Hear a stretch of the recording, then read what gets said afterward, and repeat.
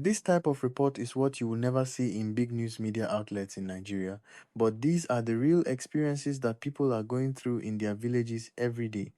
While the media focuses on government press releases and official statements, ordinary Nigerians in rural communities are living in constant terror from bandits like Bello Turji. Before we continue with this disturbing report, don't forget to subscribe to our channel and turn on notifications for more updates. Drop your comments below and share your thoughts. Bello Turji, the notorious bandit leader whom everyone thought was killed during the Donald Trump airstrike in Sokoto on Christmas night, is now back in Sokoto, and he has given villagers a very strong order that has forced everyone in the village to flee for their lives. This confirms what many people suspected, but the government did not want to admit. The US airstrike, while devastating to many bandits and destroying their camps, did not kill Bello Turji himself. He somehow survived or was not in the camp when the missiles fell. Now he has returned and is more dangerous than ever, perhaps seeking revenge for the losses his gang suffered in the airstrike. Bello Turji, who is a non-state actor operating like a warlord with his own army, has begun attacking innocent residents in villages around Tidibale in Isa local government area of Sokoto State. Residents of this village and surrounding communities have been living in constant panic for days now. The situation reached a breaking point on Monday, January 13th, 2026, when the pressure became too much for them to bear. All of them, in complete panic, started fleeing the village with their families to save their lives from Bello Turji and his armed gang. Families were seen running with their small bags of belongings, carrying children, dragging elderly relatives, and taking whatever they could carry as they abandoned their homes, farms, and everything they had worked for their entire lives. These are not people living because they want to. These are refugees fleeing for their lives from a terrorist who has given them an ultimatum to leave or be killed. What Bello Turji is doing is not random violence. He is using a strategic campaign to capture villages and expand his territory in Sokoto State. By forcing entire communities to flee, he gains control of those areas without even fighting. When he succeeds in expanding his territory like this, what it means is that more bandits will be recruited and allowed to occupy these areas permanently. These captured territories become safe havens where bandits can rest, train new recruits, store weapons, and plan future attacks without fear of military intervention. This is exactly how insurgent groups like Boko Haram grew so powerful in the northeast.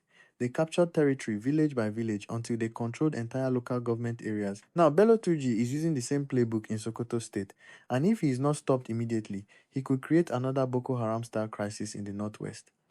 Bello Turji has proven to be seemingly unbeatable and almost immortal, becoming a bone stuck in the throat of our military officers.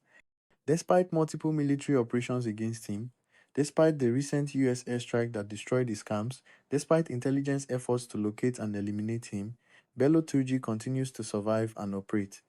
This raises very serious questions about how he manages to evade capture or death. Does he have informants within the security forces who warn him before operations? Does he have political protection from powerful people who benefit from the insecurity he creates? Does he have advanced intelligence networks that allow him to stay one step ahead of the military? Whatever the reason, the fact remains that Bello Turji has survived everything thrown at him so far and continues terrorizing communities with impunity. The war against banditry is getting tougher every day, and the situation in Sokoto shows that despite recent successes elsewhere, bandits are still very much in control in some areas. While we celebrate the killing of hundreds of terrorists in other states, we cannot ignore the reality that bandits like Bello Turji are still forcing entire villages to flee and are expanding their territorial control. This shows that the war is far from over and that much more needs to be done to completely eliminate these criminal groups. The military cannot relax or declare victory prematurely. They must maintain constant pressure on bandits in every state until every single one of them is either dead, captured, or has genuinely surrendered and been rehabilitated. One sad thing that is making this war harder to win is that our politicians are not helping the situation at all. In fact, some of them are actively undermining the military's efforts to defeat bandits. We recall how the Katsina state government is currently moving to release 70 arrested bandits from prison as part of a so-called peace deal. While soldiers are dying in the field fighting these criminals, while villages are being terrorized and people are fleeing for their lives, state governments are releasing arrested bandits back into society. All this completely undermines the chances of Nigeria winning this war against bandits. How can you win a war when your own government releases the enemy soldiers you have captured? How can you expect soldiers to risk their lives arresting bandits when they know those same bandits will be released after a few weeks or months in detention? When state governments release arrested bandits, and when notorious criminals like Bello Turji continue operating freely despite multiple attempts to stop him, it sends a very dangerous message to other bandits and would-be criminals. The message is clear. Banditry pays and there are no real consequences. You can kidnap people for ransom and make millions of naira. You can terrorize entire communities and force them to flee. You can kill security forces and civilians. And even if you get caught, the government will negotiate your release. Even if military operations target you, you can survive and come back stronger. This is why banditry continues to grow in Nigeria despite all the money spent on security. The incentives are all wrong. Crime is rewarded while law-abiding citizens suffer. The fact that Bello Turji can return to Sokoto after the US airstrike and start terrorizing communities again shows a fundamental failure in Nigeria's security approach. As mentioned at the beginning, this type of report showing the real suffering of ordinary Nigerians in rural areas rarely appears in big news media outlets. The mainstream media prefers to report government press releases claiming success against bandits while ignoring the reality on the ground where entire villages are being forced to flee. The situation in Tidibale is an emergency that requires urgent attention from the highest levels of government.